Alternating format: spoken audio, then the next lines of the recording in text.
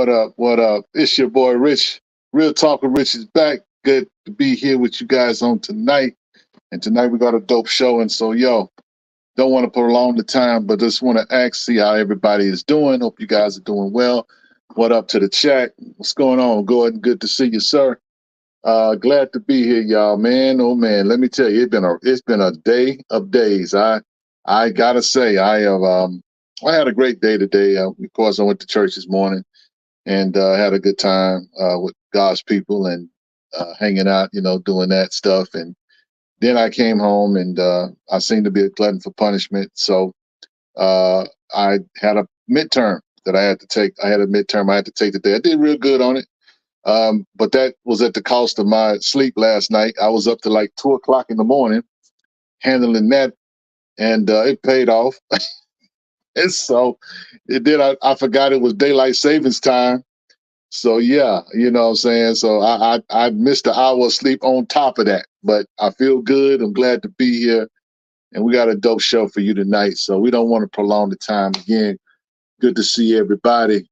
Bot Boy in the building, Robert Moreau Jr., what up? Pericles, what's good?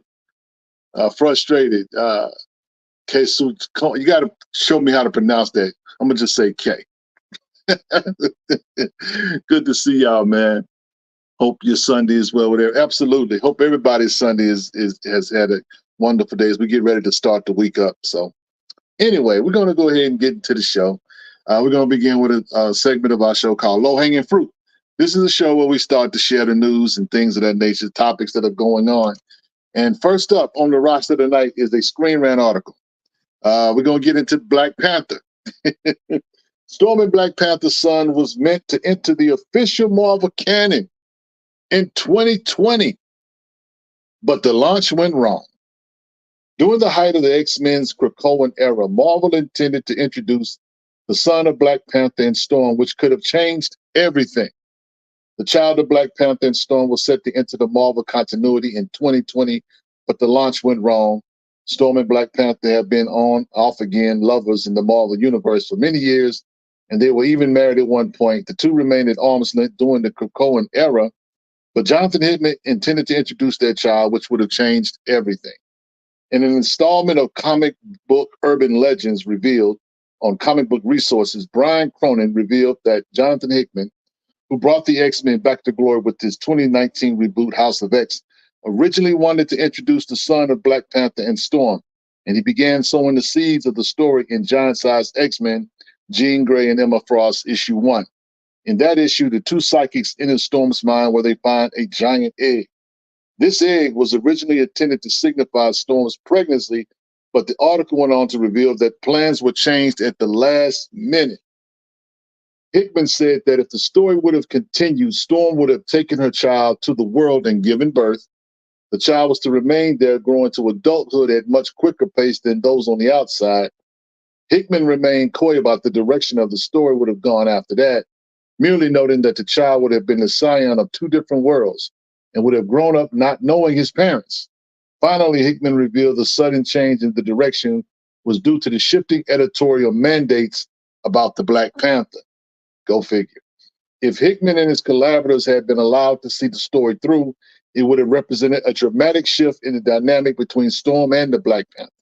The two have had a history, one simultaneously tense and romantic, culminating in their brief marriage in 2006 Black Panther issue number 18 by Reginald Hudlin and Scott Eaton. In time, they grew apart and divorced. Storm ascended to royalty herself, becoming the first Regent of Mars, later rechristened Araco, and shortly before this, Storm stole a powerful artifact from Wakanda forever, driving a wedge between her and the Black Panther. And we all know that's from Marauders 13. Jonathan Hickman, however, his intention was to introduce a child of Storm and Black Panther and had the potential to completely change Storm's story arc during the Krakoa era. Here's the deal. If she had a child, Storm may have never become Queen of Araco, depriving her of the character-defining moment. Furthermore, the child would have complicated the Black Panther's life greatly in light of the events since his marriage dissolved. Wakanda is far less stable than it once was, and the Panther is now in exile. Storm and Black Panther's relationship is now an uneasy one, meaning they may never have a child now. So the thought is that this was all about Storm, when actually it was all about Black Panther. Wow. There it is, ladies and gentlemen. Do with that what you will. That's all I'm going to say. In our next article, this is a Screen Rant article. After 83 years, Wonder Woman's queen declares the Amazon's real role in the DCU. I'm only going to read a snippet of this because I don't want to spoil it, because the article contains spoilers of Amazon's attack in issue number 5. So I don't want to read too much of it. Suffice to say, though, that the Queen of Amazons, Nubia, understands Wonder Woman and the Amazons better than anyone else, and so knows what role they must serve in the DCU. 83 years following the 1941 DC Comics debut of Themyscira, Wonder Woman's sister verbalizes the true significance of the Amazons. Nubia was introduced into the DC canon in 1973 as Diana's long-lost fraternal twin. In the time since, she has risen up the ranks of the Amazon island to become the queen of Themyscira.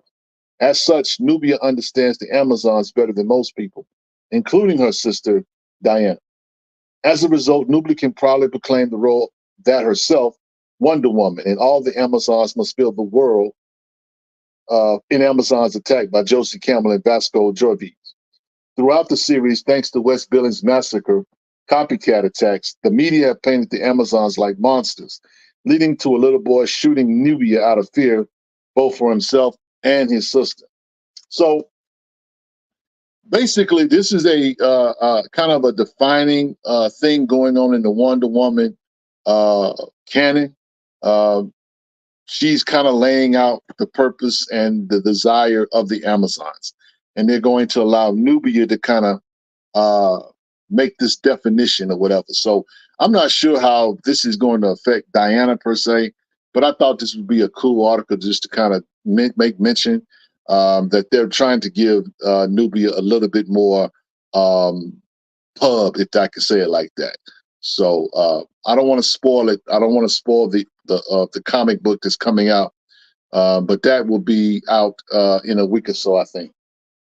So with that said, we're going to go ahead and jump to our next article, which is the comicbook.com article. Cody Ziggler, my man, who has been writing Miles Morales and recently just picked up Spider-Punk, is going to be writing Deadpool.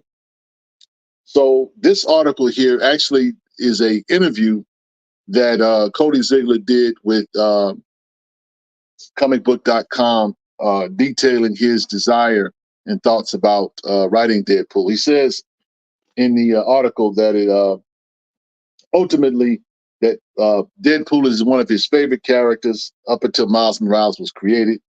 And so he always enjoys his stuff, and he loved the movies as well. And more so, for better or worse, you know, Deadpool is pretty funny, a pretty funny character. I think one of Marvel's dopest characters. And so I think that Cody Ziggler has a healthy sense of humor in his writing and that kind of thing. So it looks like it's going to be a fun run. And so I'm not sure if he's going to be the first Black writer on Deadpool, but he's going to be writing Deadpool, the continuity. It's not a limited series. He's writing Deadpool, the main title. So y'all look for that, man. I don't want to go through the whole interview itself, but go check it out. And, you know, that's what's up. So 1-in-100 Podcast says Ziggler is becoming a big-time writer for Marvel. Yeah.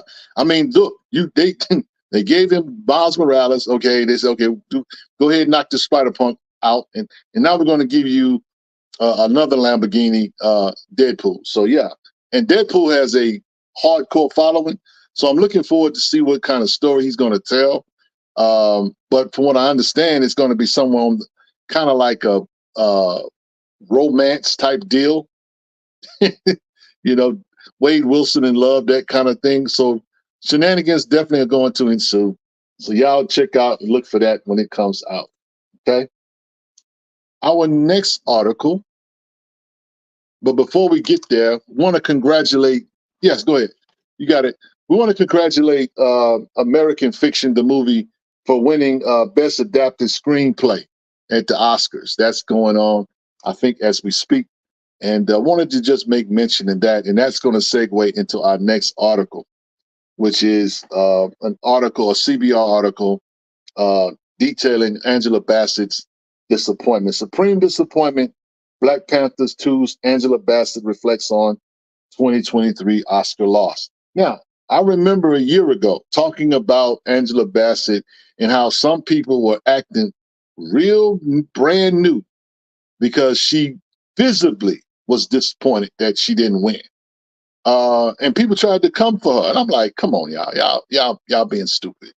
This is a seasoned actress doing her thing, and she was deserving. Okay, let's just keep that a stat. She played Queen Ramonda extremely well.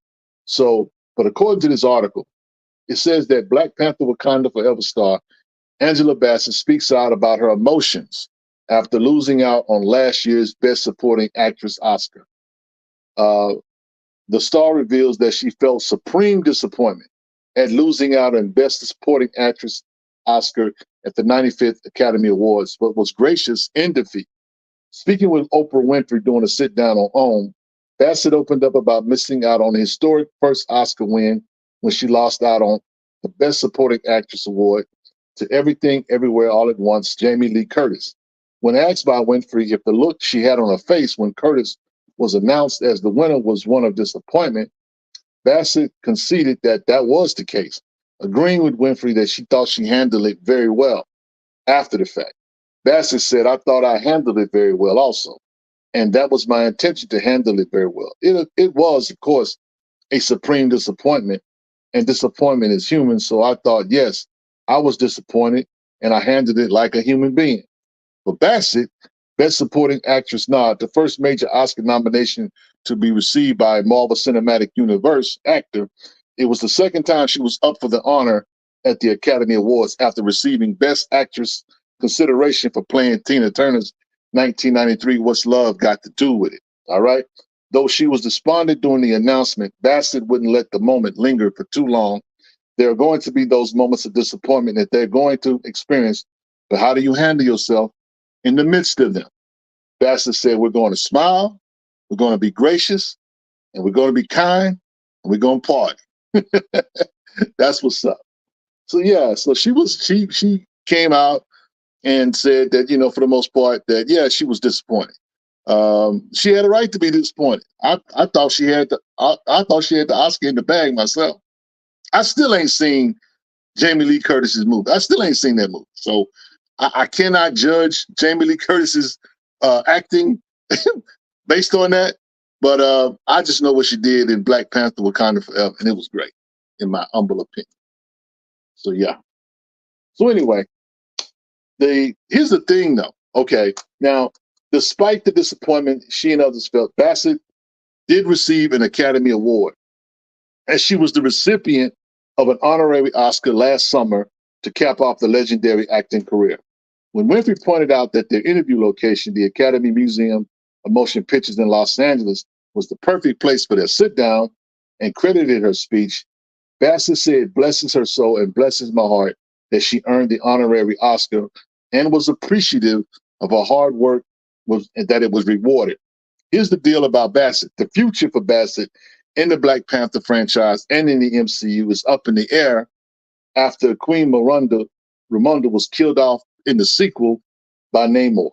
In the meantime, however, Bassett has been linked to a potential Star Wars role after reportedly meeting with Lucasfilm executives recently about the possibility. So she's not done getting that Disney bag. Shout out to the Queen. That's right. Get him coming in and get him coming out. That's what I'm saying. So that's what's up. Anyway, guys, with that said, that concludes our segment of low-hanging fruit. What we're going to do is we're going to go to commercial. And when we come back, we're going to get into the shenanigans tonight, talking about gatekeepers. Are they a necessary evil? Stay tuned. It's going to be a dope conversation. Be right back. What's up, comic fam? It's your boy Paul with an exclusive look at a dope new section of our blackcomiclords.net website. Head to the site, Click on Black Indie Comics for your selection of the dopest black comics around. And if you're a black comic creator and you want to be added to the site, send us your link with a copy of your logo so we can add it in there. But be patient. We're getting there. We're getting there. Much respect to all of you.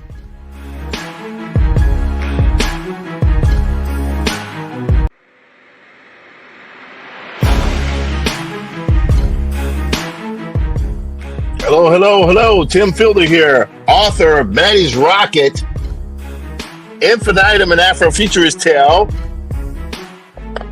and the graphic history of hip hop. I'm a visual Afrofuturist and graphic novelist. Buy my books. Go to Diesel Funk, at Diesel Funk on all social media handles. I need you to buy my books. Thank you, Black Comic Lords. Peace.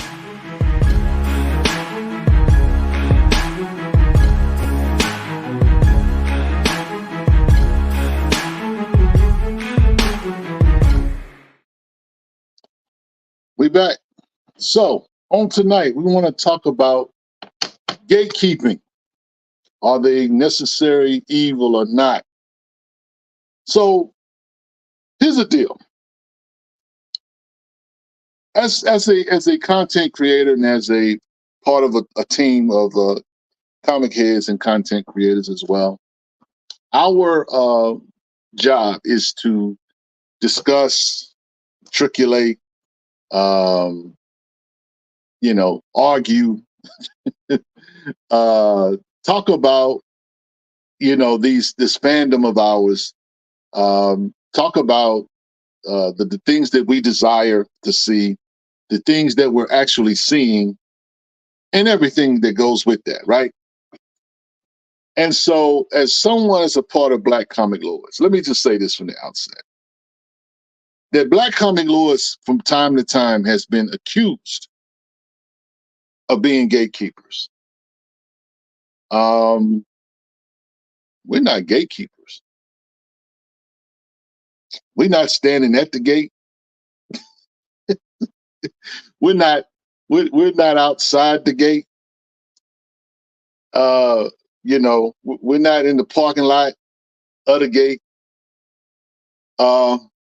We're not gatekeepers in no stretch of the imagination. We're not. We're just some comic heads offering social commentary on social things and social issues regarding the comic book fandom, Black comic book creators, and this art. That's all we are. But we get lumped in that category sometimes. And part of it is because we may not allow certain things on our platform. We may not allow certain art or certain commentary because we have to police this space because we don't want it to be a space where people are attacked and that standards are not high. Our standards have to be at a certain level, a professional level, because if I make a recommendation on someone's art, I want that person to have confidence in what I am telling them. Okay. And in me telling them that, you know what I'm saying, I have to first like it myself. I can be objective, and at the same time, I still know I have to like it. And if I'm a believer in it, and if I'm going to really ask someone to rock with it, those are the things. But sometimes when it's not our cup of tea, when the art looks like somebody's 5-year-old drew it, we can't be like, I'm sorry, it's not going to pass the smell test. It's not, we have to have standards. So when we talk about gatekeeping, I'm not talking about the gatekeeping or the quote unquote, the perception of gatekeeping on our level. No, because we're not the gatekeepers, not at all. No, the real gatekeepers, y'all see that beautiful y'all see that little mouse right there with the big old Kool-Aid smile and the white gloves? The nice little tuxedo and the red pants? That's a gatekeeper. Mickey Mouse himself. Frustrated says, What the hell? That's far from the truth. The fact that BCL is the only group that doesn't do gatekeeping and supports all that participate in discussions, and that's not true at all. I mean, look, we listen, bro. We have been dragged. We have been dragged and accused of being gatekeepers. But people, and I think what happens a lot of times is people don't really know us sometimes, and so as they get to know our content and some of us, they know that that's not the case. But I'm talking about gatekeepers and talking about on a corporate level, multinational mega corporation. But that dude right there, that little four-handed, four-finger pimp right there, Mr. Mickey Mouse, that's a gatekeeper. Do y'all know how many companies Disney owns? They own a lot of companies, y'all. A lot of companies. Now, we talk about Disney in our space because they own Marvel. They also own the Star Wars franchise. And because they own the Star Wars franchise, and Marvel, you know, they determine what they put out. That's why we call them gatekeepers, because they basically keep the kingdom. That large castle that you just, you know, he's welcoming you. Got a big old smile on his face. But you got to pay the toll. Got to pay the toll to go in that castle. And a lot of us are paying that toll through Disney Plus right now. Those subscriptions, whether you want to watch Fox, FX, all that's owned by Disney. And on the other side, when we talk about DC, we have to talk about Warner Brothers. You talk about Warner Brothers, you got to talk about the whole DC Comics. I think Discovery, all that's them. These guys. And, you know, they own the keys. They own the keys, guys. So tonight, I want to frame our discussion around a couple of questions. So he says, where's his powder? That's funny. Okay. So check this out. Questions for you. Why are we still petitioning Marvel and DC to do this, that, and the third? Has the agenda-based entertainment overtaken the industry? Can you live without these gatekeepers? And do we want power over position or position over power? Those are some questions I want us to consider. The first one says, why are we still petitioning Marvel and DC to do this, that, and the third? We sit up in these spaces in Black Comic Lords. Man, they need to do this. Marvel needs to do this. They need to do that. We need a static run. We need a Black Lightning run. We need Black Panther and Storm to get together. We need. We keep saying that do y'all, I don't even know. I don't think we hear ourselves when we say this stuff. Because the question becomes, where is our power in all this? And I'm going to talk about that a little bit later on in this discussion. But we're always asking these corporations, these multi-level corporations, we constantly are at their necks about what they're offering us as comic book heads. Whether it's the DCU, whether it's the MCU, we're always asking for this, that, and the third. And I'm just wondering, do we even hear ourselves? I love what Angels has said. Angel said WB is sitting on hundreds of IPs, sitting in warehouses collecting dust.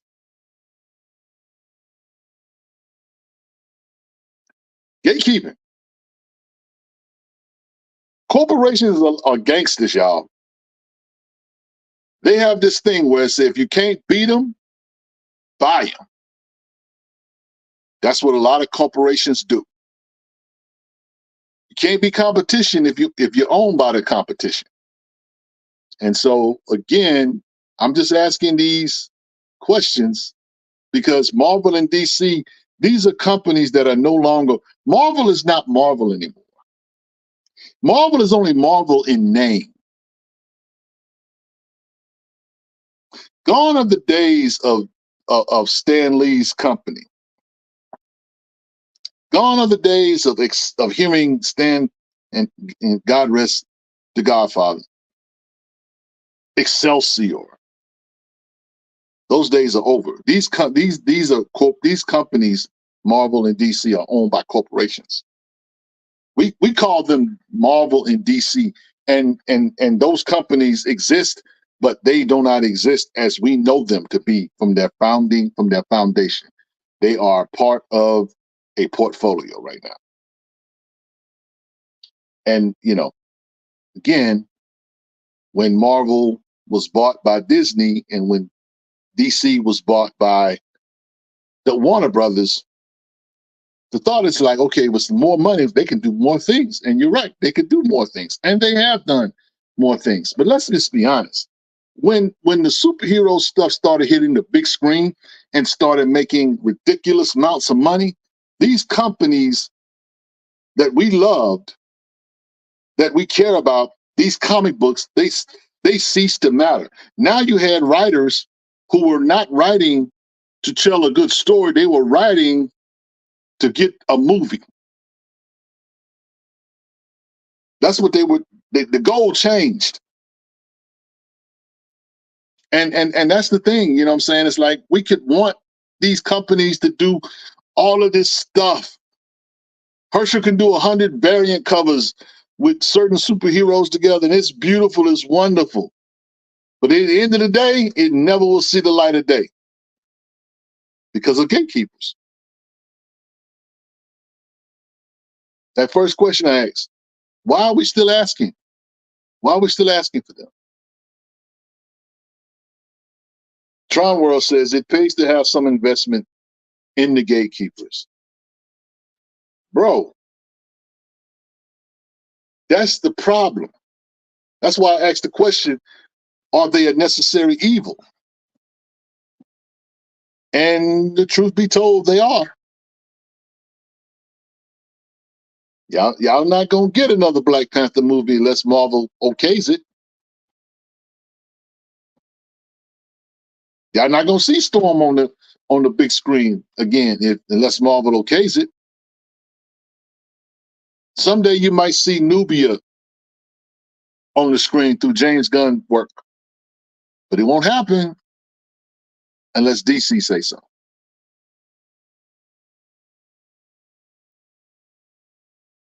Yep. We just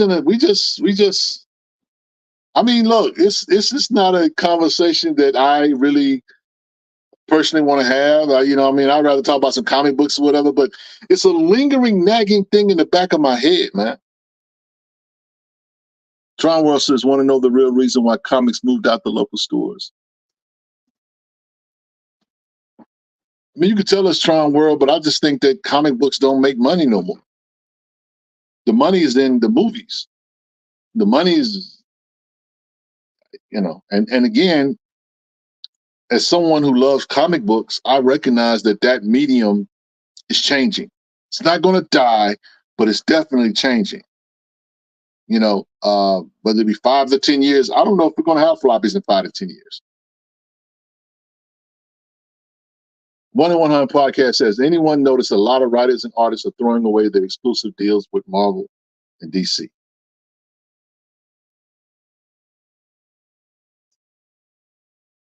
Hey, it is what it is. These two big corporations, these two gigantic ships, they control a lot of stuff. And they're not going away. It is what it is. Some creators are not even getting tickets to movies that adopt properties and stories they made. It's sad. Yeah, there's a picture of all the companies that Disney owns. It's a lot, bruh. It is a lot. Marvel Studios. Yeah. I mean, it's listen. Yeah, listen. When I grew up, when I was coming up listening to stuff like NWA, Ghetto Boys and stuff like that, and they were talking about being a gangster. No, that's not being a gangster. That's being ignorant. That right there is gangster. Like Scarface, they the bad guys. them the bad guys. I mean, look, it is what it is. But if you want to watch something cool on TV, you want to watch you want to sit down with your little girl and watch a mermaid, and nerd out with that. Go ahead, have at it, but just understand what price it comes at. Peter Parks, thank you for the super chat. That's what's up. He said, I think gatekeepers are necessary. We have to spend more time creating our own stuff. Respect. Donation. It's a donation. I thought it was the trash. Don't be hitting on me.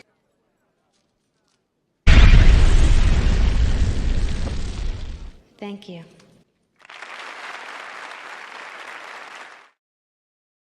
Kay says the biggest gangsters got pens and suitcases and don't get their hands dirty.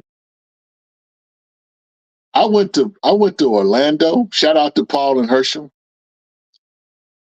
And I just went to one park, and that was the Wild Kingdom. Went to that park. And yeah. Them dudes, it's not even fair.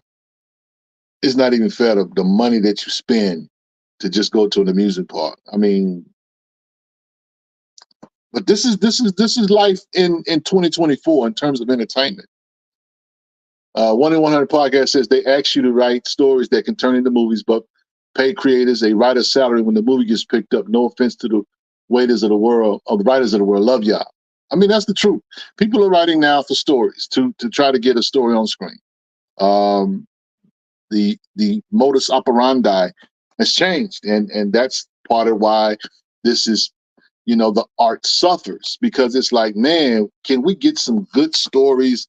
Can we get some dope art? And can we get it consistently and good quality? And don't get me wrong, I think we got some dope stuff out here. But I do know that, like, when I see a creator like John Jennings, Dr. John Jennings, and his creation of Ghostlight, and the fact that Marvel owns that character, and he may not ever get to write about that character ever again. That's kind of jacked up. James Thompson's getting my fix from old school books. Marvel and Star Wars, both properties of Disney. And if it don't make dollars, it don't make sense. That's true. H&H says corporate focus is about return on investment. Got to get the best return on investment or they won't do it. Thank you, Frustrated, for the super chat. Says it's easy to create our own, but sometimes our own can be very costly and hard to invest in. Salute.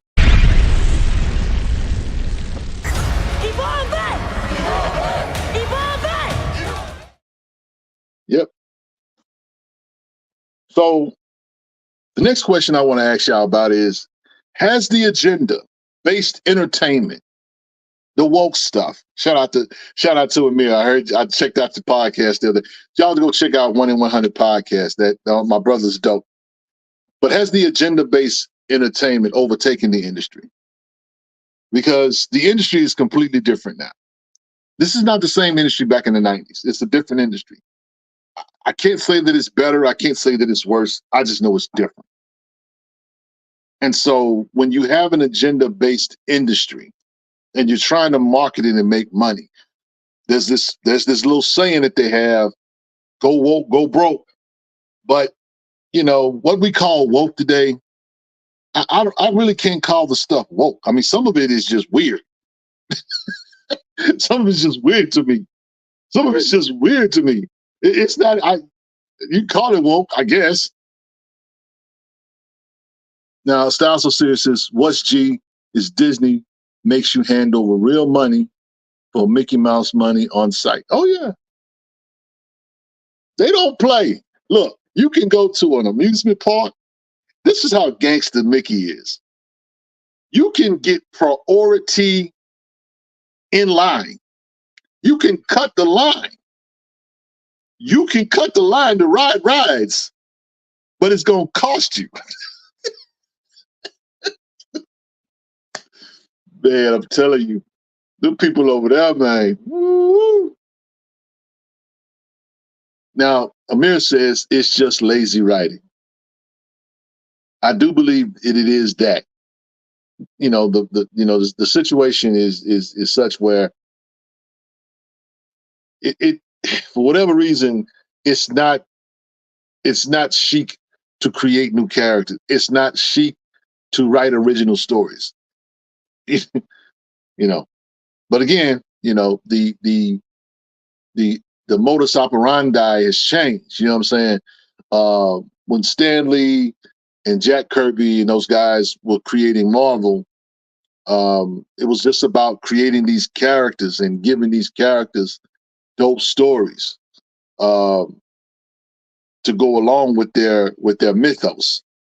And so now you have a situation where people want to insert themselves into everything, and that's fine. But I tell people you can't lead with your identity, because if you're going to tell a story, your identity has to be just a coincidence or a coincidence. It has to be a coincidence. I don't care if you got 3 genders or 50 genders. You can call yourself whatever you want to call yourself. If your story is whack, it won't be because of you. It won't be because you're this, that, that. Your story is whack because it's whack. So again, it's all about telling dope stories. Now, James Thomason says, subtlety is the lost art in comics. Man, I miss Dwayne McDuffie. Okay, showing love, showing corn for BC. Y'all not gonna press me like Mickey. Love this comment. Salute. That's what's up. Thank you.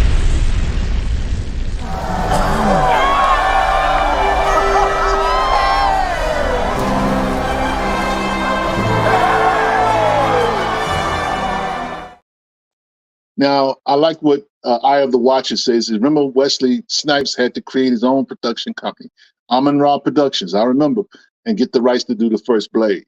Yeah, and that's the key. You know what I'm saying? It's kind of like doing your own thing. You know, it's like if you know you got to work with the gatekeepers or whatever. It's better to go into it with your own production company.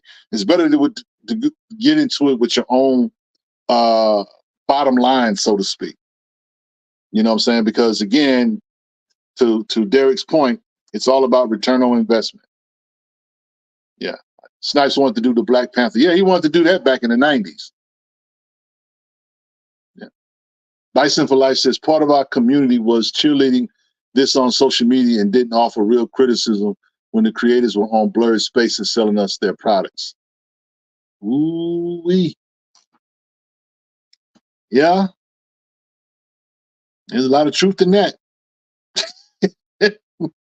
Now, Frustrated says it's always been lazy writing. Take gay characters, all their stories focus on them being gay and less about them being heroes. It has not bode, and here's the thing, it has not bode well when they do those kind of things. DC has lost their shirt on a lot of different characters. People have lost respect for certain characters that they put out there like that. And there's nothing wrong if you want to tell that story, but you can't tell that story and lead with that. It's not going to. The guys who buy these books are not that. If you want to entertain those guys, if you want those guys to buy your books, then you got to tell a dope story. It's that simple. It's like the WNBA. You can't complain about, you know, pay gaps and that kind of thing if you're not doing what they're doing in the NBA. If you're not jumping out the gym, taking off at the free throw line. My dad told me something a long time ago. He told me, he said, son, you get what you pay for. You know, it is what it is. So Aqualad being one, look where he is now. He's not even in a book right now, I don't think. Oh, Jackson Hyde, you know what I'm saying? Hey, it is what it is. So the question I have for you guys now, it says, one on the podcast, that the great writers had Bibles for their stories. The writers actually worked to next to the artists. They actually had time to cook the storyline. Now everything is rushed. They might even be in the same building these days. You know, the way things go with technology and AI and all that. I'm just going to email you this. I'm just going to send this to you. Yeah. I mean, it's a different ball game, y'all. It's a different ball game. So here's a question. Hold on. Gordon Mahan says, the key to those deals with gatekeepers is to hold on to as much ownership of your IP as possible, which is why you cannot sell them. You don't do it. You got to go independent. I think Rodney Barnes is someone who is working at Marvel, writing Mandalorian. He just finished writing Luke Cage, the game, which, by the way, was okay. It was just okay. But we need that Nita Halls, Mr. Barnes, respectfully. My man Amir wants Rodney Barnes to write a superhero story. You know, he did write the 8-issue Falcon book, so he can write superhero stuff. And I would like to see him write something dope, you know, whether it be his own stuff or whether he be with Marvel or DC. I know he said he wants to write, you know, Swamp Thing. I would love for him to go ahead and for DC to give him the green light to write a Swamp Thing story. But yeah. Cases, my thing is, if they want to make Alan Scott gay, then fine. But his son Obsidian was already a gay original character too. Bruh, the situation with Alan Scott is unfortunate. The original Green Lantern and while people want the original characters to be in books, the problem has been when they add certain things to them and it takes the focus off the story. The story is not even really a story. That's why I'm not reading the Alan Scott Green Lantern book. Because it's like, what's the point? It's not for me. You know, y'all put it out there. This is what this is, whatever.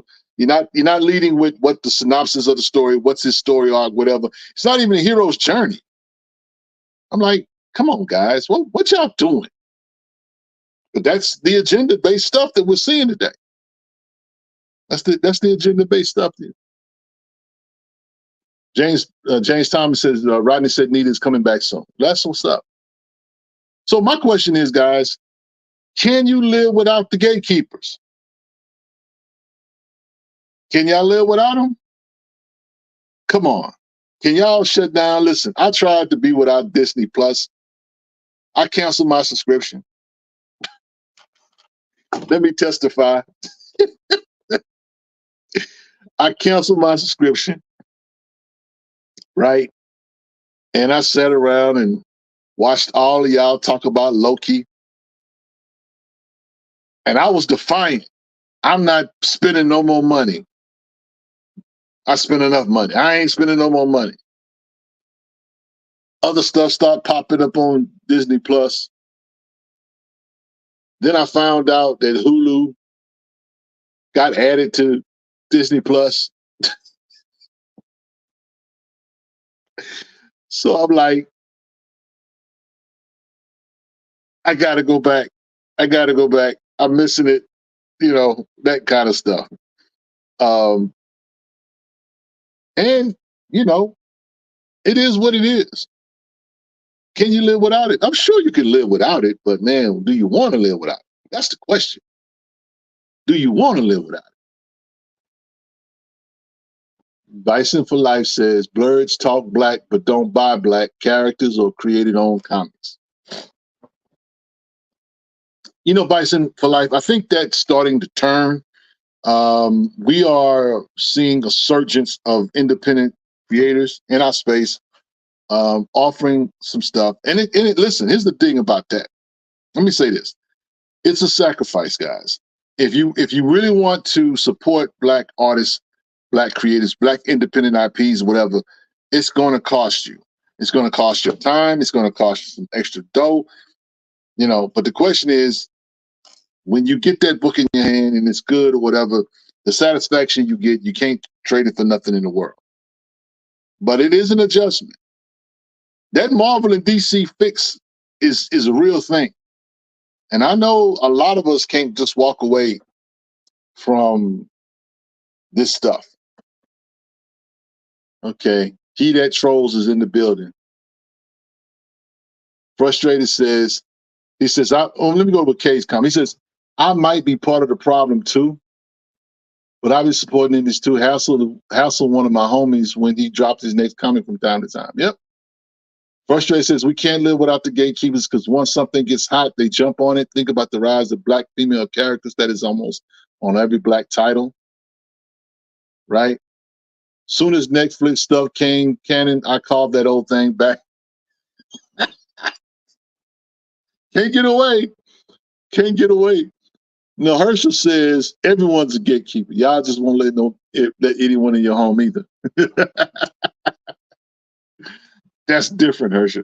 I'm like old boy in Friday. But that was different. But yo, that's something to be said though, for real. Once there is a group of people, Resident 76, once there's a group of people, someone will gatekeep that group because no one wants a free-for-all.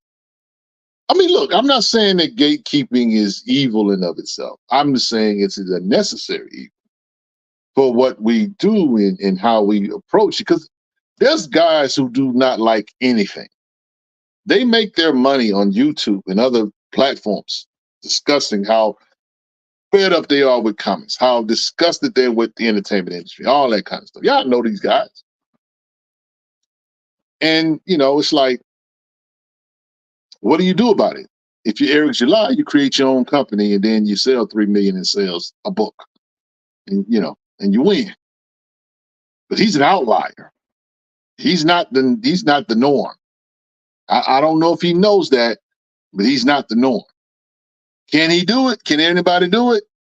Possibly. But again, I don't know if anybody can just replicate what he's done.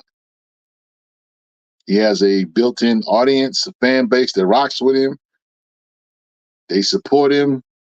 What's to be said? But there are independent creators that don't have that support system. Black comic, listen, black creators need black dollars. They need all the black dollars they can get. And if they can get a few across the tracks, absolutely. But that's what it is. 1 in 100 podcast say Marvel and DC stay playing pusher man in those earning calls. Yeah, of course.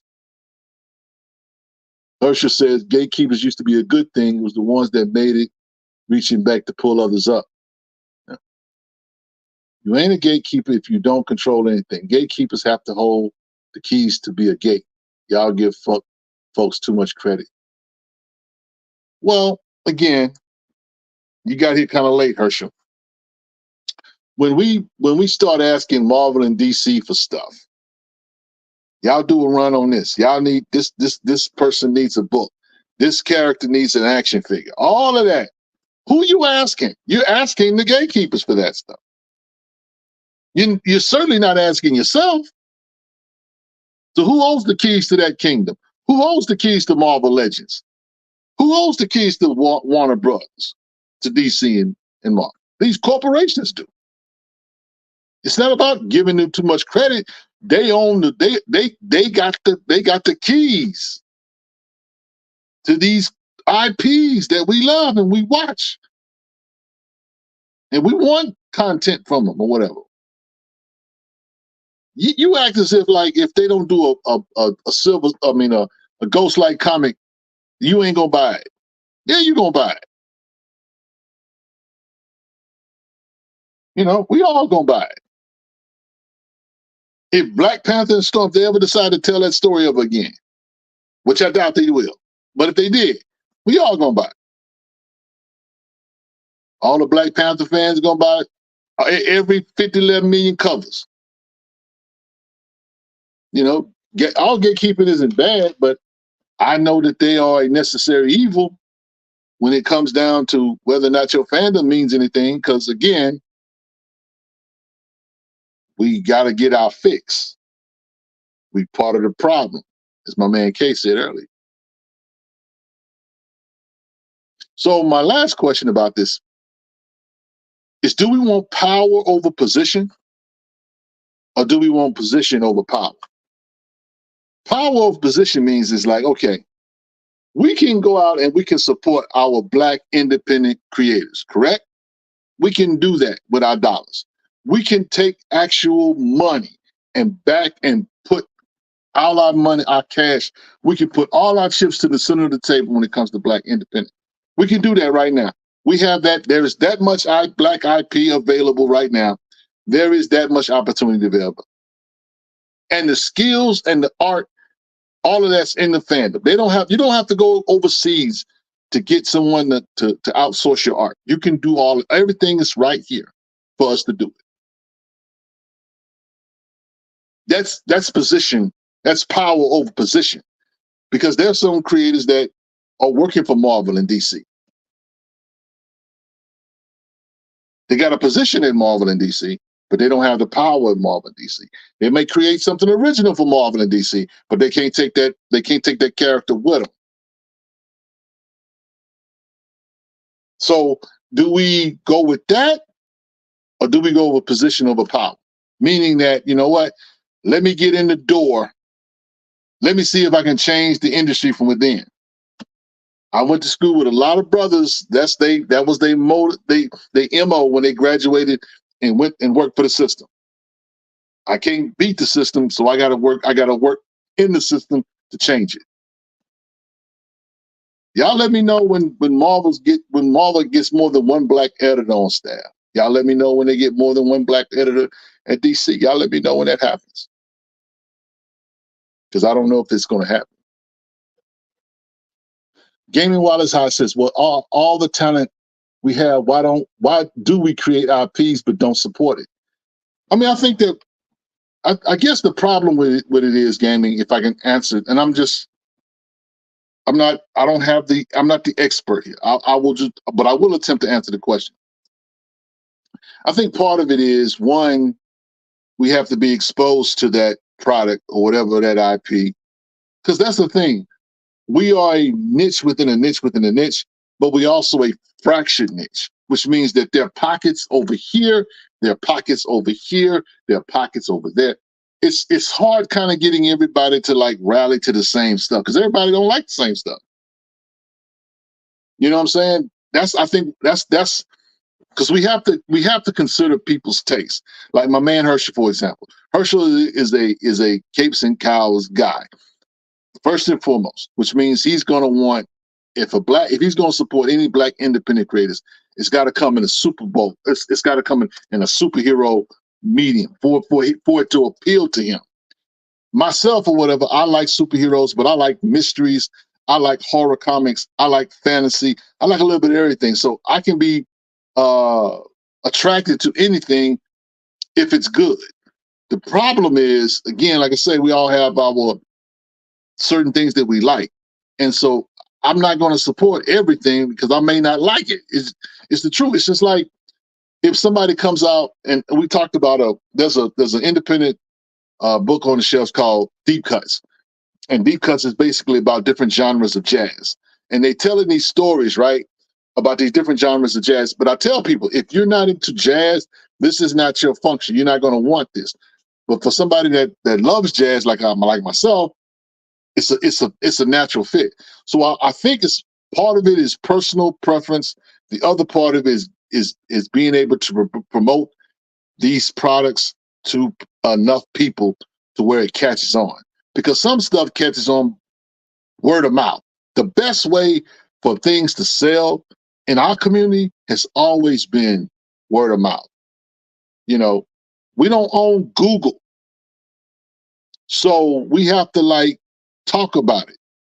We talk about stuff wherever we go. If we go to church, if we go to the barbershop, if we go to the drugstore, wherever we are, wherever we find ourselves, that's where those books can be promoted.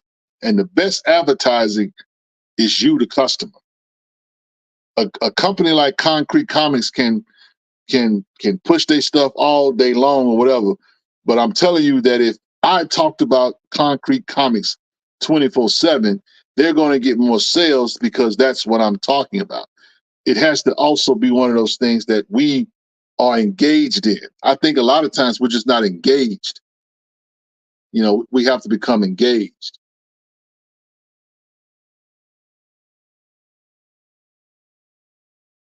Herschel said, I just answered it. Yeah. Epiphany Engine is our test for our gatekeeping problems. Now, I do believe that Epiphany Engine is going to, you know, move the needle. This ginormous project that Tony Cottrell and others are going to be a part of. And we found out recently that Rodney Barnes, the OG, among others, is going to be involved as well. This is going to be pretty amazing, y'all. I think it's a 192-page graphic novel. And I'll be honest with you. I think that if this thing blows, if it really blows up, it won't be the last. So I do think that this may be a test. This may be a test, gaming. If we can rally and support this, I think it goes without saying that it's going to blow up. You got a lot of dope creators. You got a lot of dope IPs that are going to be involved. I mean, it is going to be phenomenal. And they got Joe Illich at the head of it to oversee the writing and stuff. So it's going to be it's going to be amazing. I can't wait, man. I cannot wait. He says, how do we get Epiphany Engine? Well, it's going to be a Kickstarter. They haven't put out the information yet as to when they're going to start the Kickstarter. I do believe it's going to be pretty soon because they're starting to talk it up a little bit more to Mir. So we will have that information when they begin to really, you know, push it as far as the Kickstarter campaign. But it's going to be a Kickstarter. So stay tuned for that. Stay tuned for that. Kay says, I always try to give Illich flowers when I see him post on IG. Kudos to all his creators. Herschel says, more folks crying about the lack of Black X-Men on that picture than excited about Epiphany Engine. Let that sink in deep. I mean, look, I'm not going to pretend like I know that everybody and their mama's upset about that picture that you're talking about, Herschel. But I do think that for people to get excited about Epiphany Engine takes a couple of things. One, you have to be familiar with some of these IPs, if not all of them. I think that's the problem right there. A lot of people don't know these creatives. It's our duty to try to inform and try to get people inspired and get people excited about that. So, you know what I mean? You really can't trip about somebody being excited or upset about X-Men comics when X-Men comics been around a long time. Epiphany Engine just showed up. It's human nature to like what's familiar. This is brand new. And so if it's because it's brand new, we have to like really push it. We have to push the issue. We have to really believe in it. You know what I'm saying? And that begins with us. I mean, I can't trip about somebody wanting more or seeing pictures of more Black X-Men. You know, that's kind of what it is. I'm not tripping about it, but again, Epiphany Engine, you know, is something that we can really, you know, galvanize and gather around and unite around, and that's going to take us, you know, applying pressure. You know, the guys that did the Shook book, shout out to Second Sight. Those guys, they were able to put the Shook book together, got a bunch of different writers, Rodney Barnes, David Walker, among others, put together this book or whatever, right? Did the Kickstarter. Dark Horse comes in and says, hey, we believe in this. We want to be part of this. They put the book out. You know what I'm saying? Some people didn't believe in that, but it happened. It happened. They got the book on bookshelves. They got it in Barnes and Noble. They got it in comic book shops. That right there, that takes effort. That's work and effort. This here is just on a higher level. You know, again, we gotta you know, see the opportunity for what it is. And I will say that it begins with our attitude. It begins with our attitude. We have to really believe in this kind of stuff if it's going to blow. If we don't believe in it, we won't talk about it. If we don't believe in it, we will not champion it. We will not consistently put it in people's faces so they can always remember it. Because I don't know when this book is going to come out, but what I do know is tonight I'm talking about it. And hopefully if I'm here next week, I'm going to talk about it. The week after that, I'm going to talk about it. We got to all do our part. I can't worry about the next man, but I got to do my part. You got to do your part. These whelper look like I'm calling Umar Johnson. I mean, you know, do what you got to do. That's all I'm going to say. With that said, guys, I'm going to go ahead and transition. Derek, could you take us to commercial? And when we do come back from commercial, we're going to talk to you guys. Chat talk. We're going to get in and going to get out like a robbery. So get you something to drink. I'm going to step away for about a minute so I can give me something to drink. Parched. So, Derek, take us to commercial. Come back. We're going to talk to you guys. Chat talk. Stay tuned.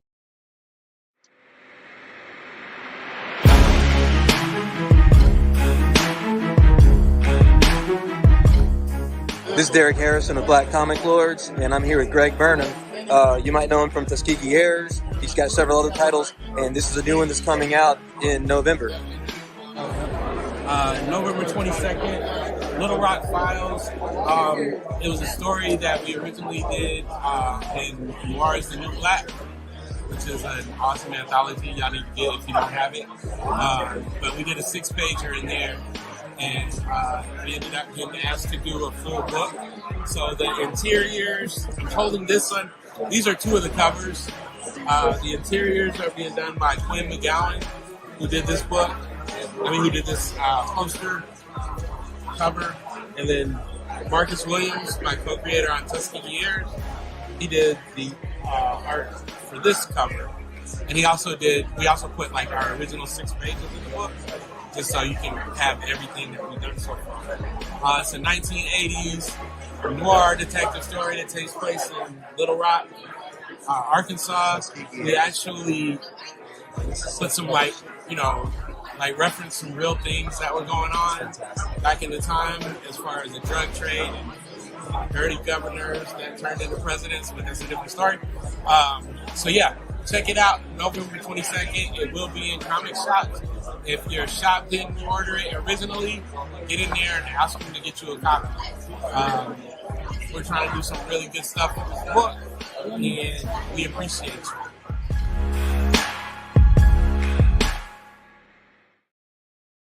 We back. Yes, indeed, we back. So it is time to talk to you guys, whatever's on your mind. We want to talk about it. Robert Monroe has got a question. He says, how is Shook and Barnes and Noble and I haven't received my Kickstarter yet? The Kickstarter books, from what I understand, have started to arrive. Some people did get their books late, and but the people that I do know that did support the Kickstarter, many of them have gotten their books.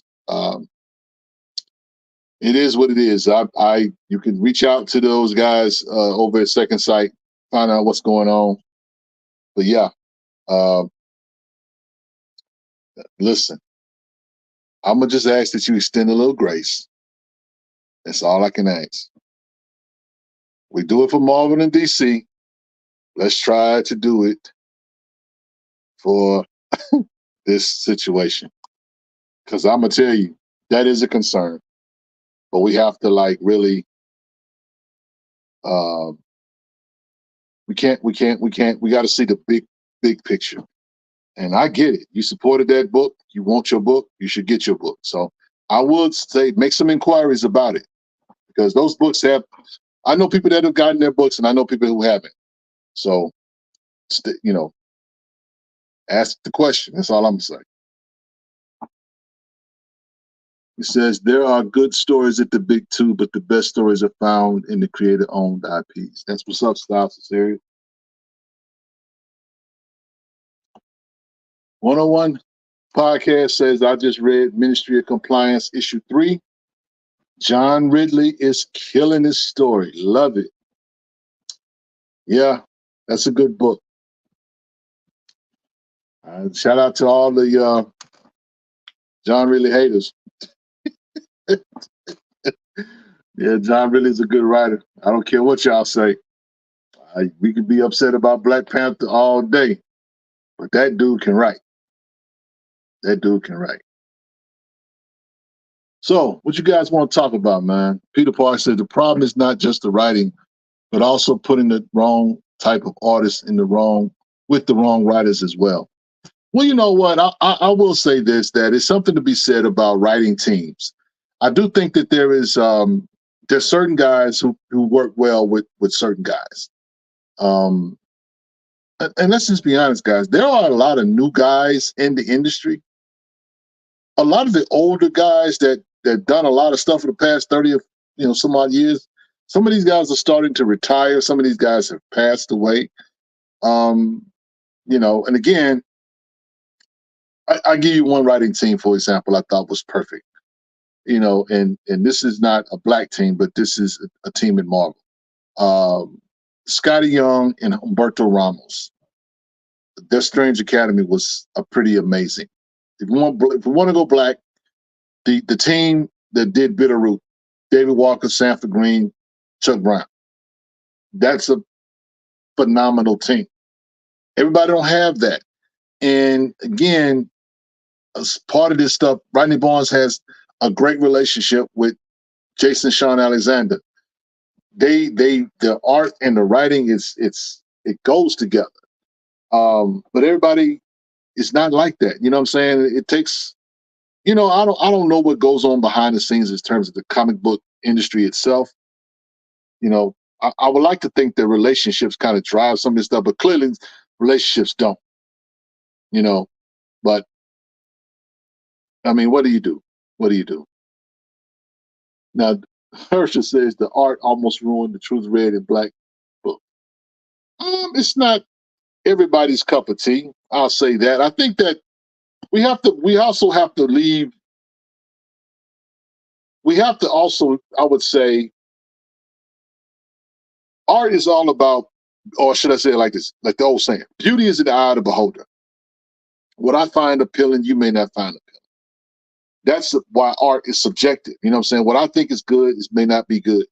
And in some instances, it may be good. Some art may be wonky. Some art may be, just not, whether it's, some people can draw anatomy well, and some people don't know how to draw anatomy well. Some stuff looks rushed, and I'm not paying it. Some stuff is just obvious when you look at it. It was like, man, I don't know what they were thinking about when they wrote this book. We can critique certain things, whatever, but I do think styles of art, is subjective. So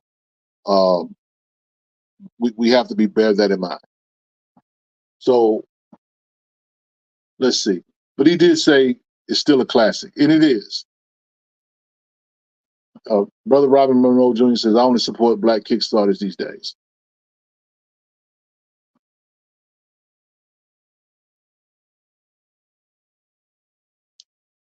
Tim Fielder's graphic, Hush History of Hip Hop, is now available for pre-order at Amazon. Yes, it is. Yes, it is. I listened to a interview that Tim Fielder gave talking about that book, and I thought it was kind of funny. He was actually talking with the guy when he was in Houston. He's going to be back in Houston, I think, this month. I'm not sure, but he's supposed to be back in Houston this month. But he was in Houston a couple of months ago, and there was a DJ that interviewed him about that book.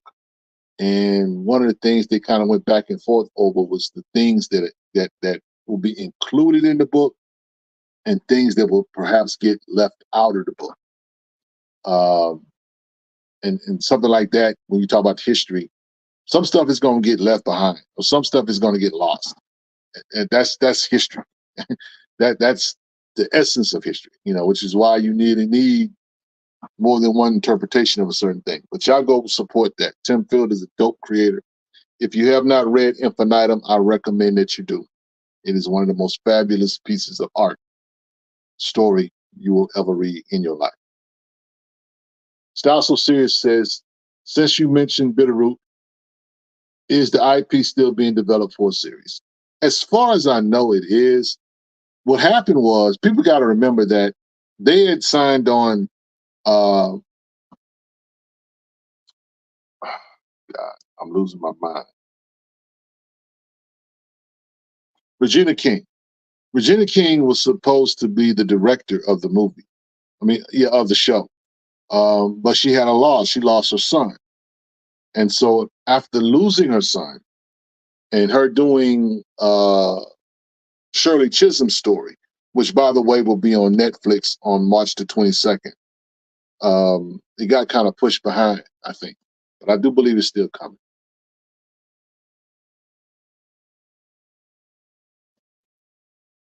Yeah. So Derek put the link for the graphic history of hip hop in the chat. Robin Monroe, talking to Herschel, says, I like Kyle Baker's artwork, but I don't think he was the best pick for that story. Yeah. Spider-Man Cross the Spider-Verse didn't win Best Animated Feature.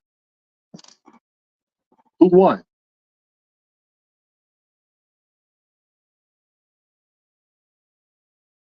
Who do I need to go punch?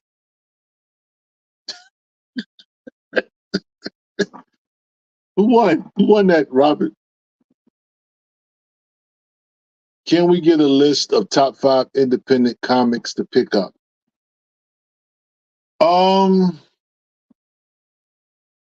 If we got to first define what's independent, if I can say it like that.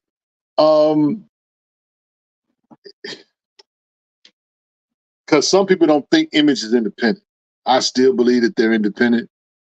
If I had to mention, a boy and heroin won over, something I ain't never seen. Tragic. Okay. Philadelphia.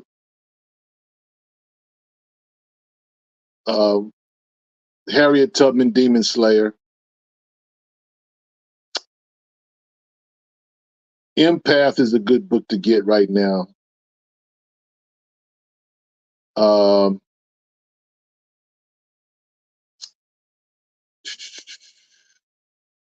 Who else? Antarctica is an independent title to get.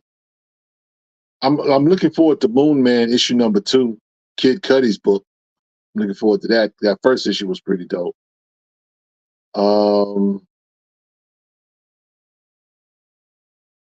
I would say Spawn, but Spawn is considered almost a major now at this point. And matter of fact, speaking of Spawn, there is news that the Spawn universe is fit to expand. Huge. They're talking like 15 titles. 15 titles. Todd McFarlane is going to hit y'all with some more content. Def Rocker says Pinocchio won the animated fiction. They got robbed. That's all I'm gonna say.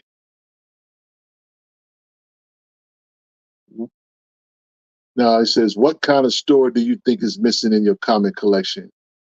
I would love to have a crime mystery love type story.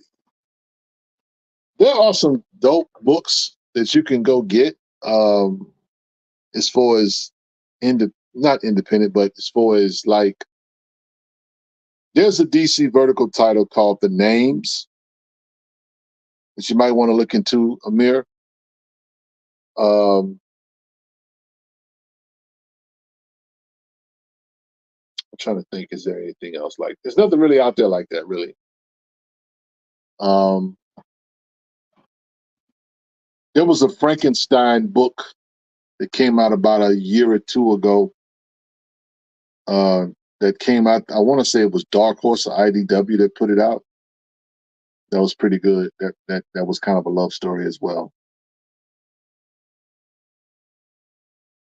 Salute. Mr. DC comment says Dragon Ball. We don't really do that here. But we respect it for sure. Found out recently that the creator of Dragon Ball Z just passed away. So condolences to the fandom and to his family as well. Yeah.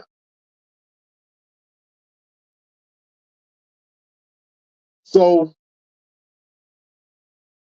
do you think Mr. Popo is a racist character?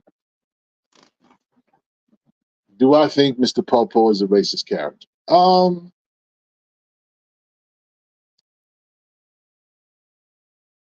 I think the word racist is incorrect. If you mean a stereotypical character, perhaps. Some blurs are okay with Mr. Popo. I'm not an anime guy at all, so I don't have no skin. I've seen the character. I've even watched the show or two. Do I feel like he's a racist character? I think the line is there, but I think also it's one of those things.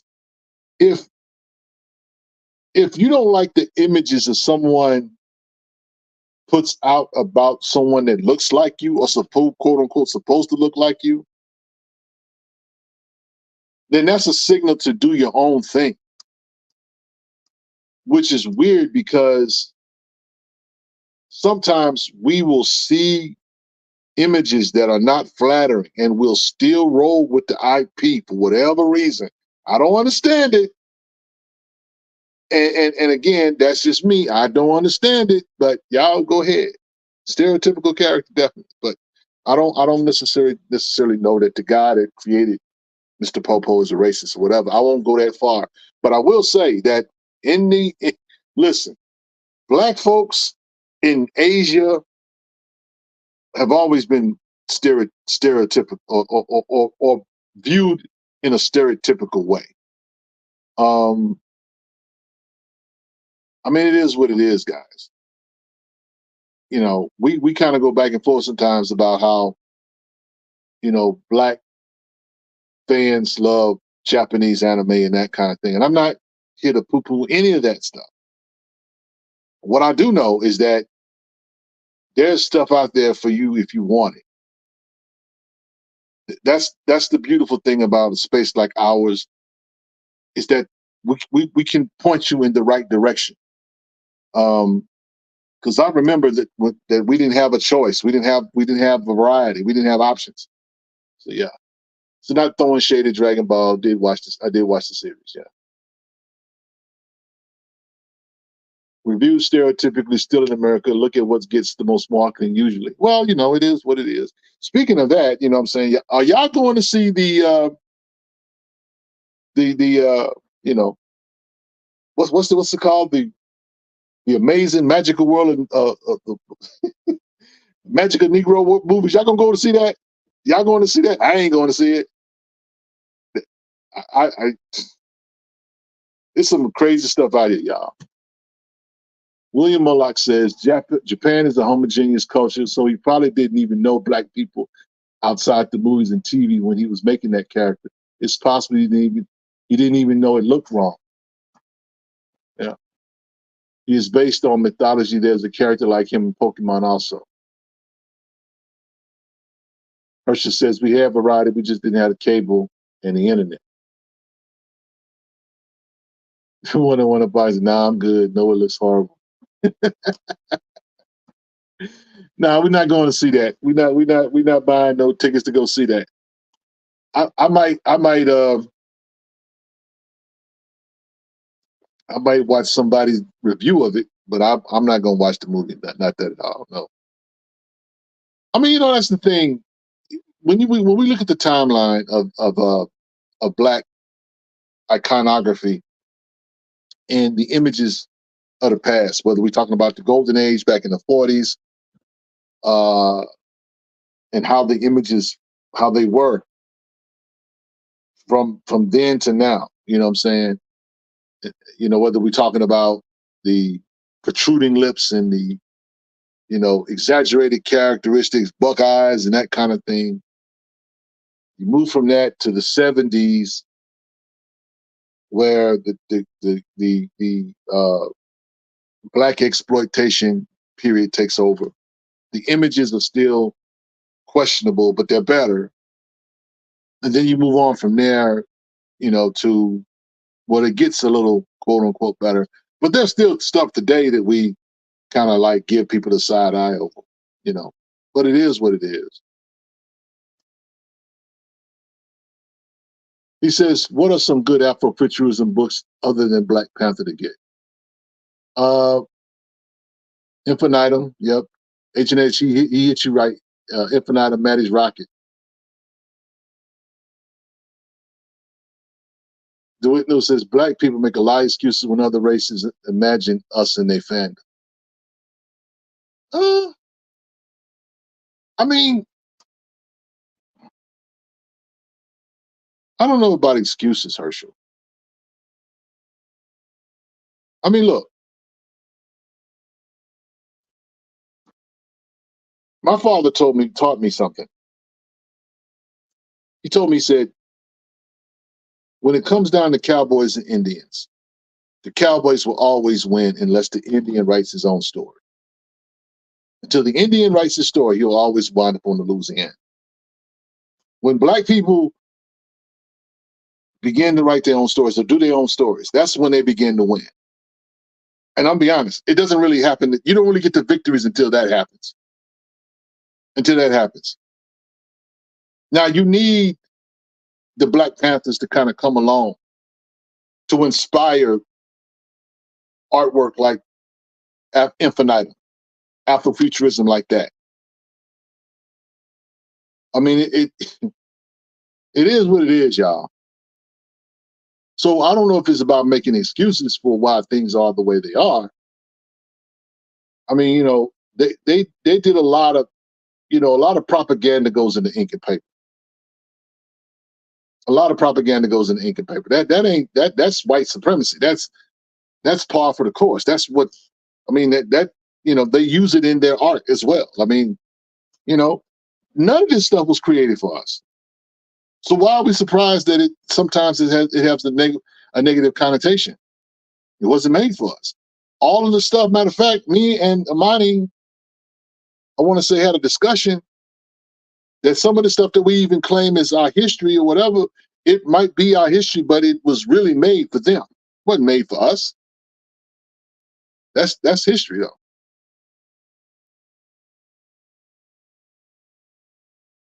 Japanese were depicting us dirty even in the 2000s.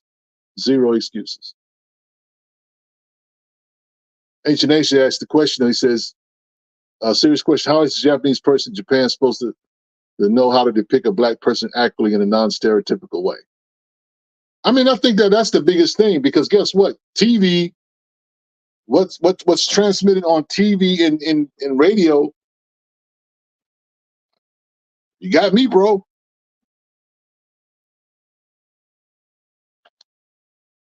Robert Peterson, with access to images and cultures in 2000, there's no real excuse to be made about good depictions of Black people. Bring me on and I'll answer. No, we're not doing that. We're not doing that. We're not going to go down that rabbit hole with that. I have no interest, zero interest in doing that. Okay. But I do think that we have to realize and recognize that the best hands are our own. When we talk about this art, depictions of it or whatever, we shouldn't even if someone is depicting us in a negative light, there ought to be enough of us creating art in a space where that doesn't even bother us. I think that that's the key right there. Because people are going to think a certain way about us anyhow. They're going to think negative about us anyway. It is what it is. We're not going to win somebody over by quote unquote putting out positive images. Listen, in racism, prejudice, white supremacy is baked in this American cake. You can't have America without it. It's just that simple. You can't have America without that history. It is what it is.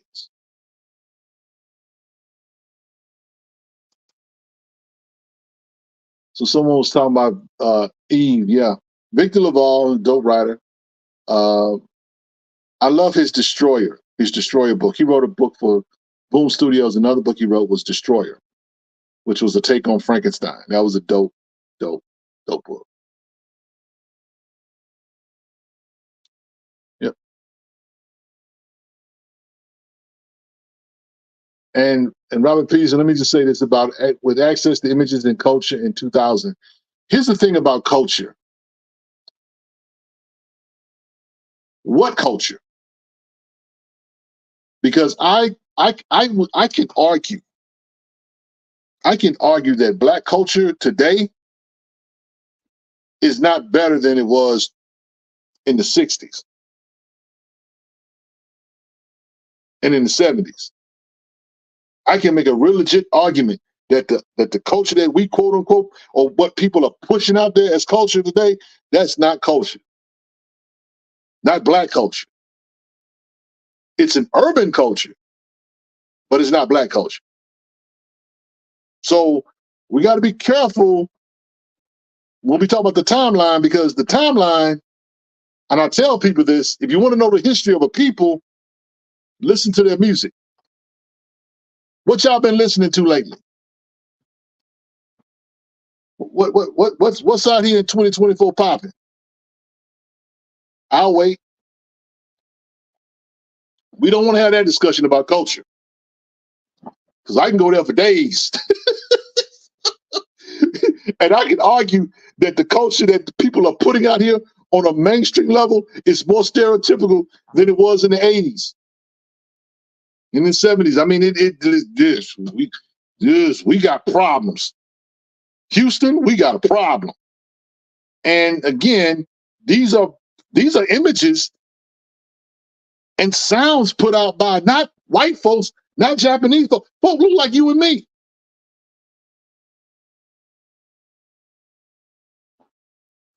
I just, it's listen, y'all don't want to go there, because I promise you, I the images and perception thing is a real stickler for me, because again, it's one of those things where I know the positive images of Black people. I know what they are, but I also know what they ain't. And all skin folk ain't kinfolk. I mean, we living in some weird, bizarre times when it comes to culture. Black cultures. I'm gonna be honest. Black culture is.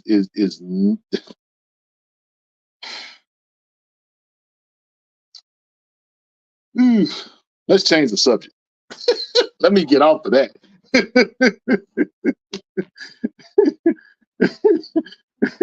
Let's talk about something else.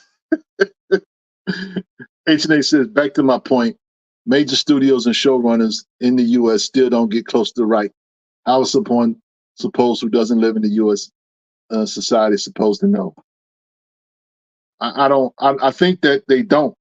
I think that it's up to us to do the educating. It's up to us to promote the images. Listen, we talk about gatekeeping. Somebody, and we'll probably talk a little bit more about it. I kind of want to wait to talk about it on the Wednesday wrap up, but somebody made a commentary about Icon and why it would not be a good story or a good idea to do an Icon movie. And the thought is that it wouldn't sell, and that some black people would have a problem with it. And my thought about it was, I just sent my comment. I commented under the post and said, somebody owes me 3 minutes and 54 seconds of my life back. Because I felt like it was a waste of energy, a waste of my time. And the reason why I felt like it was a waste of my energy and a waste of my time is that the arguments that this person was trying to make, while rooted in good points, he forgot one major thing. And that is that art is supposed to be, comics particularly are supposed to be fantastical. The problem with the fandom today, y'all gonna make me preach. The problem with the fandom today is that the fandom has stopped dreaming. The writers today, they do not dream. They do not imagine. They do not create. They cannot create nothing new because they have forgotten how to imagine. They've lost their ability to imagine, to pretend, to create something new. Man, y'all don't want me to go. I could go some places. That's why our fandom doesn't get the love that it gets and doesn't get the respect it gets, because it's losing something. And the key ingredient is just to be able to imagine.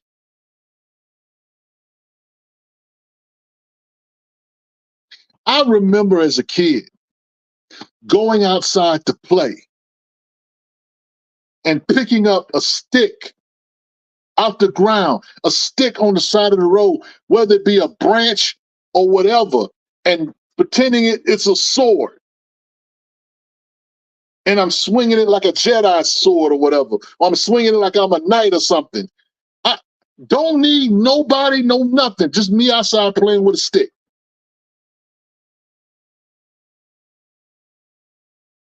I'm in a world by myself.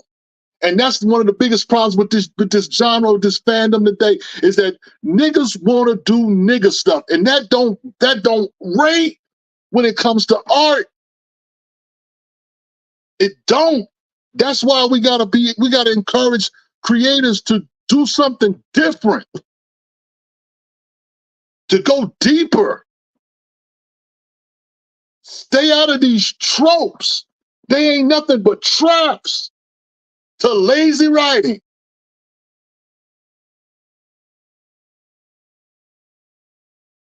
The fans, I mean, the creators have got to learn to dream again. Got to dream, man. Got to go back to your childhood. Got to go back to when things were innocent and pure, and the things that come out of you, whatever, it's just your imagination. The things that God put on the inside of you that He wants to come out of you, it can't come out if you really trying to drive it through a filter that will not allow you to just go there, to think the impossible. That's why we got gatekeepers. See, no one can put a chain on your brain unless you do it.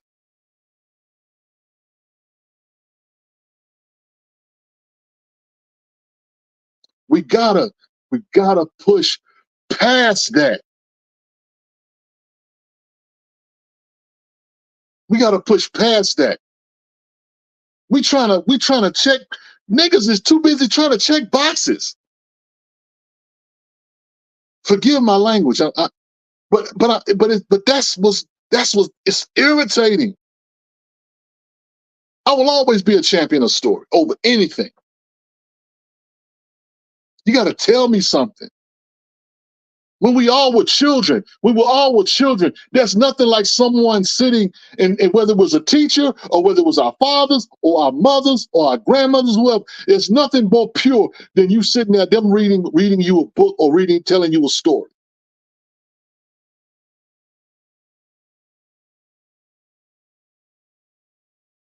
We got it. We have to demand more. We have to demand more of our people and of ourselves. I want somebody to tell, what's stopping anybody from creating a new universe with possibilities and dreams? Why has the nigga always got to stop at the bottom and figure out whether or not he's worthy? Is that the only story we can tell? We live in that. We live in America. We always have to prove every day we get up and get out the bed and go get that bread or whatever that we worthy.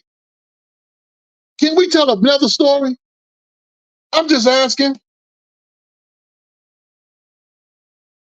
Because to me, we so much more. We so much bigger than that. If we learn to stop chasing the bread and start chasing the dream, we'll be a lot better off.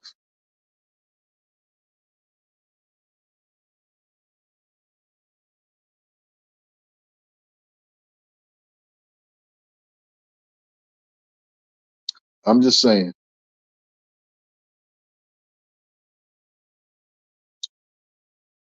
Whew. Y'all got my blood pressure up.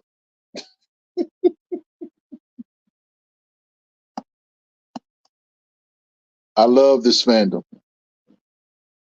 I love the people in this fandom. I love my people. And all I want for us is to truly believe in us. Walk in it.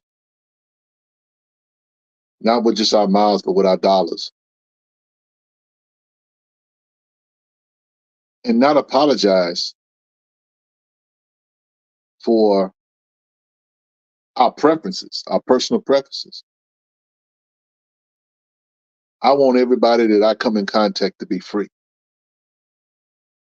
To be free from people, to be free from things, to even be free in this fandom.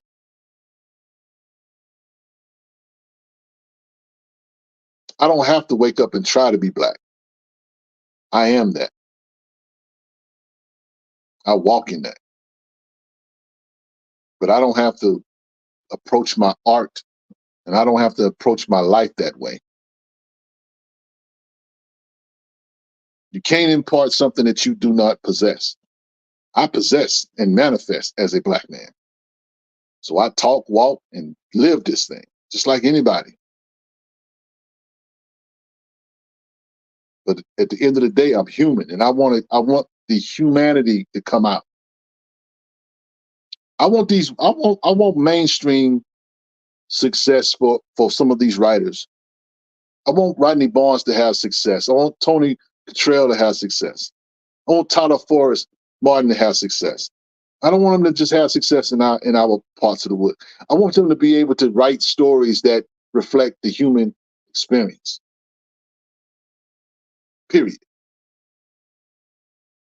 I don't want them just in a box. I want them to tear up the box. Because I'm telling you, everything we need, we already have. We don't need Disney. We don't need Warner Brothers. We don't need none of them. When we learn that, When we learn that we don't need these big corporations to tell our stories and create the expressions that we have and the ability to dream and think, we'll be free. We'll be free from the machine. And it won't be us looking at the machine as a necessary evil. We'll be free. I'm looking forward to the day that Marvel and DC is not on the radar. That these independent Black companies stand on their own and produce material and content that we can love and adore and we can share with our children. Because that's the biggest thing. If your vision does not include your children, if your vision for whatever it is you're creating doesn't include the next generation, then your vision is too limited. It's too small. It's got to go past you. If it doesn't go past you, it's not big enough.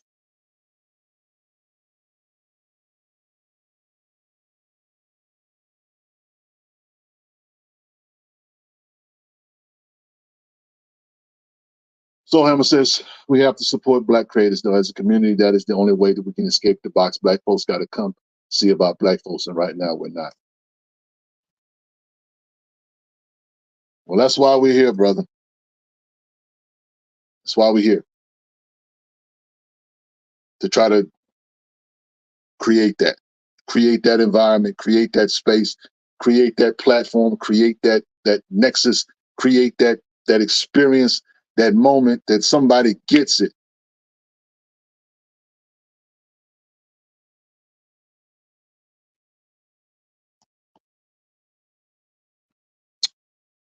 Yeah.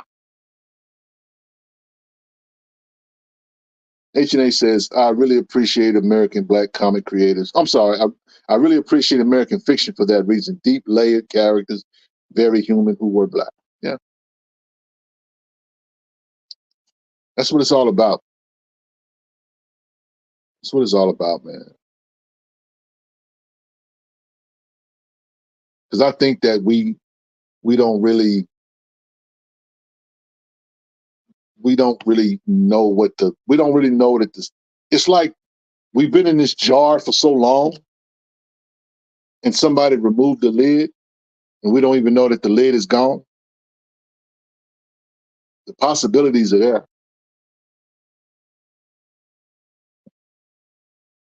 In-game says sometimes we need a seat at the table. Sometimes we need to make the table. Sometimes we need to sit at the table and learn how things actually work. I think that part right there in game is critical. We need to just be able to have a seat at our table.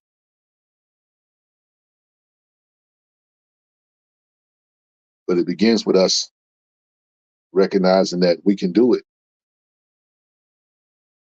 You know, our children, they're not connected to Marvel and DC like some of us that are older. They can be free. They don't have to be connected to me. Matter of fact, a lot of them are reading manga. They're already free. And if we can bring the Black experience and create something like manga, y'all can have Marvel and DC. I told some people that when I read Infinitum by Tim Fielder, I said, man, if I could get this every day, I'd leave Marvel and DC alone, wouldn't look back. Because it was just that beautiful and it was just that great. We have that kind of stuff in us. We do. We just got to believe in it. You and I got to believe in it. We got to believe in each other. We can't clown each other, man. We gotta really, really pick each other up. And if we get discouraged along the way, so be it. But your determination has to outrun your frustration. Your determination has to outrun your frustration. It has to. You have to outrun your frustration. And you got to apply yourself to make that happen. Because it's easy to just quit. It's easy to just give up. It's easy to say, you know what? I'm not going, I just don't care. It's easy to do that. It takes more energy to push.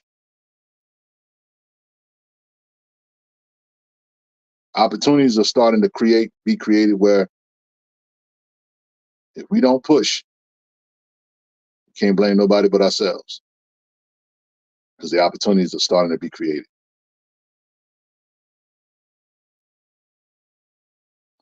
Endgame says sometimes the reason why we don't support Black creators is because the content and stuff we already know.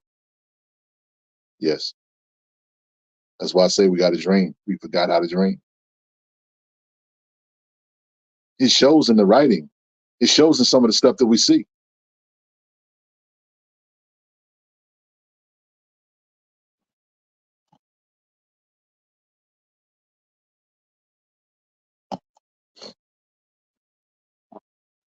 One in 100 podcast says your determination has to outrun your frustration. Well, I received the message I need tonight. OG, peace.